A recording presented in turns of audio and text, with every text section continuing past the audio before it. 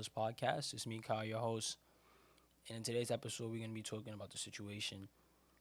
I don't feel like I have to describe the situation because you've probably seen it already. But what happened in Minnesota was disgusting. There's four cops. One cop has his knee on this man's neck. The man is saying he can't breathe. And not one cop out of four of them thought, let's hold this man accountable. Let's get this man off his neck so that this man doesn't die. And that highlights a larger issue. The fact that there's a lack of accountability in police departments all over the country. They'll see something is going on and they won't stop it. They'll rather protect their fellow officer than protect the lives of a citizen. And then they wonder why people are upset, why people are mad, why people are talking about the situation. And then they'll criticize the certain ways that people are now reacting. Oh, you shouldn't do that, or you shouldn't do this. Maybe you shouldn't kill people who are posing no threat. Maybe you shouldn't do that. And then people will say, oh, if you do this, if you do that, then cops can't do their jobs correctly because they're going to be nervous of getting in trouble. If you can't disarm someone without killing them, you shouldn't be a cop. That's how I feel. I understand that, the cop needs to protect themselves, but if you can't do that, you shouldn't be a cop. There's certain risk associated with being a cop, and if you don't want to take on those risks, don't be a cop. Secondly, there's people who are mass shooters who will literally go and kill 10s, 20s, 30 of people, and they're apprehended without being killed.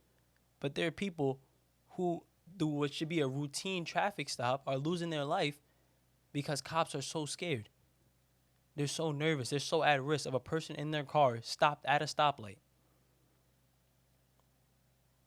There needs to be more accountability, and there's no way to beat around the bush. We could say it's this, it's that, whatever. It's accountability. The laws don't hold the police accountable enough. Police within their own department don't hold each other accountable, and that's the issue. We see people posting a recording from the cops talking about, oh, just run over the protesters, just run them over, shoot them. And I don't know if they think it's a joke, but that's someone's life. That's not funny. It's not a joke. That's a very serious thing to say, saying, oh, don't say that over the air. Well, it's out now. And then nobody's going to release a statement talking about, oh, what's going on with that? What happened in that situation that he would say something like that? It makes no sense to me. And secondly, one of the things I'm seeing, like I went out on Saturday, I went out to a protest to see what was going on, I really wanted to go out there and do that. But I saw the same night after I got back in my house, people are looting. People are going outside looting. And I wouldn't even say that the looting is the biggest issue. It's the fact that people didn't even come out to protest, but came out solely to go downtown and steal. And they think it's a joke. People are posting, oh, we hit in this store today, we hit in that store today. Then they'll come home and post on Instagram, DM me for prices. You don't see the issue yet? There's a lack of unity. It can't be half of us fighting for one thing and another half of us ignoring the issue or doing whatever else you want to do. And we're going to seriously come together to try to make change. Everybody has to be on the same accord, not some people going outside to steal in the night and the people who coming out to protest in the morning. We're fighting two different agendas. And that translates more to a bigger issue of things that I'm seeing where we're fighting micro battles. Realistically, people are starting to lose sight of what they've been fighting for so soon. So soon in this situation, people are losing sight of what they're fighting for. People are arguing, oh, this celebrity only donated $50. And now they're going to go harass this man or harass that woman about their donation. When realistically, is that even what we're fighting about? No, we're bringing a situation for what it should be and taking to this, that, and the third. And realistically, we're continually losing sight. Generally, the only way I feel that true impact is going to be made is if we all come together and start to empower ourselves. We could continue forever to try to say, oh, we don't want no racist police. But at the end of the day, you can't unteach what was taught for so many years to these people. You don't think they don't know that racism is technically bad? They don't care. That's how they think. We can't continue to say, oh, we want all police to not kill black people, to not do this and the third. These people don't care.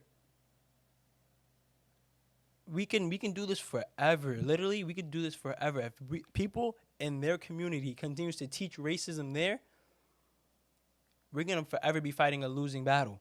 It comes down to empowering ourselves in whatever aspect empowering ourselves mean, whether it's education, whether it's black business ownership, whatever it is. That's what it really comes down to.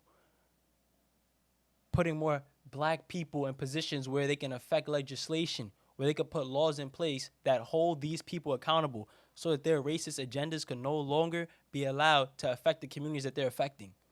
That's where the true change starts.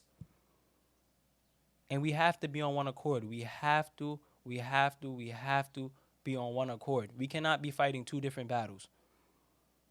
Because that's when it's easy to create the divisions within our own community. And if we're not united, we can't successfully fix the situation. I want to encourage people, just do what you can. I'm not saying you got to do everything, because it's impossible to do everything. But just do what you can in whatever aspect you can to try to make change. But I think everybody at this point can agree that looting is not the answer. Breaking up stores is not the answer. Because at the end of the day, these people have insurance that they could go ahead and go get all that money back, rebuild their store. But can we get back a life? No, we cannot. It's ridiculous. I just want to make sure that everybody just do not lose sight of what we're really fighting for. Because that's when it gets dangerous. Because if we're losing sight, everybody's all over the place. People in protest are losing their lives, not even to the cops. I just finished watching a video of a girl who lost her sister because a protester shot her sister while her sister was protesting. Not a cop. And I understand that the intention behind the protests are pure, but the way that the situation is going, more people are losing their lives. More people are dying. So we have to really take a step back and look at what each action we're taking how it's gonna affect the larger scale of things. And for some people, I get it. If you don't, and the thing about the situation too that's bothering me is that there's some people, if they don't speak on the situation, oh, you're the problem, you don't want to spread awareness. Some people generally don't know how to take this in. You know how overwhelming it is every single time you're on your phone to just keep on seeing it and seeing it and seeing it. Yes, the awareness is there, but as a black person, there's a certain level of something it does to you psychologically that just makes you feel hopeless. That's the only way I can say it. It's like, man, like we doing all this and we're still at this point.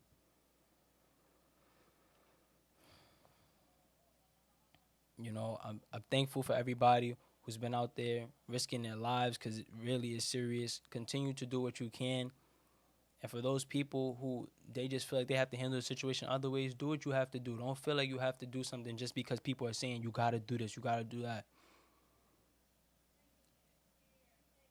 I just want to make sure to tell everybody stay safe out there and continue to empower yourselves and empower the people around you because that is the only way that we're truly going to change this situation.